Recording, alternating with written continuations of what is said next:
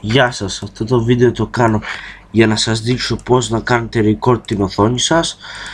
Πρώτα πρέπει να πάμε στο site www.bodycam.com.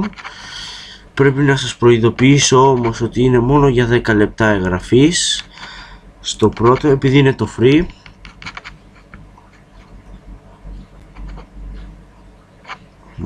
Download Bodycam.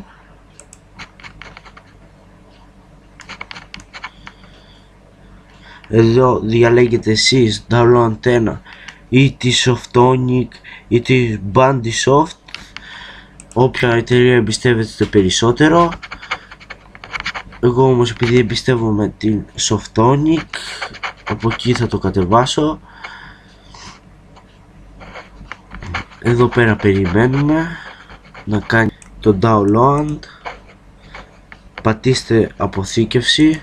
Εγώ το έχω αποθηκεύσει ήδη, γιατί κάνει αρκετά λεπτά. Καθίστε να σας δείξω πώς να κάνετε και την εγκατάσταση. Ελληνικά, ok. Επόμενο, συμφωνώ. Επόμενο, εγκατάσταση. Διαλέγουμε το φάκελο και εγκατάσταση. Εγώ τώρα δεν θα το κάνω γιατί θα σταματήσει το βίντεο μου, αλλά και πάλι ευχαριστώ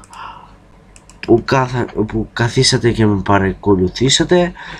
Από εδώ πέρα μπορείτε να φτιάξετε κάποιες ρυθμίσεις. Ας πούμε πως έχω φτιάξει εδώ να φαίνεται το ποντίκι, αλλά και να προσθέτει εφέ στο κλικ. Ρυθμίσεις μπορείτε να πάτε. Από εδώ προσθέτετε συσκευές όπως webcam, λογότυπα, εφέ. Να, εδώ από εδώ πέρα είναι το εφέ στο κλικ και επιλογές άλλα. Σας ευχαριστώ που με παρακολουθήσατε, και άμα σας άρεσε το βίντεο σας παρακαλώ κάντε like και εγγραφείτε στο κανάλι μου. Γεια σας.